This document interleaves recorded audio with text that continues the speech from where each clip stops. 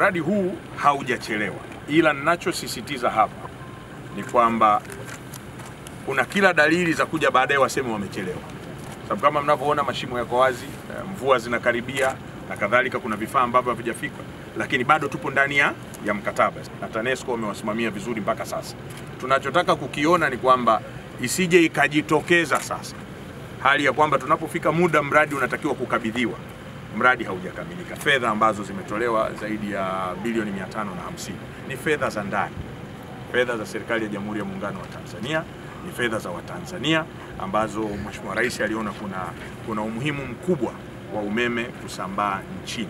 Tunao umeme wa kutosha na tunachofanya sasa hivi ni kufanya evacuation, kuondoa umeme kwenye vituo vya uzalishaji na kuufikisha kwa wananchi. Sasa Dodoma huku tukijaliwa kufika, tuna kituo kikubwa sana kiko Zuzu. Kinafanana na hiki tulichotoka hapa Chalinze. Kwa hiyo pale pia ni kama njia panda. Kwa hiyo kuna umeme pale unatoka Singida mpaka Arusha huko, tunaunganisha na line kwenda kwa majirani zetu Kenya, lakini kuna line zetu zinaelekea kanda ya Ziwa. Kwa hiyo tukiufikisha umeme kwa wingi huu pale Dodoma, tutakuwa na nafasi nzuri zaidi ya kupeleka maeneo mengine. Ndio maana tunahangaika tumalize hii line. Tunamshukuru sana Mheshimiwa Rais.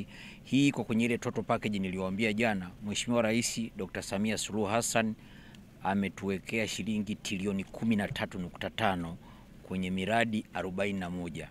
Miradi 6 ya kuzalisha umeme, miradi 35 ya njia za kusafirisha umeme. Moja ndio hii hapa.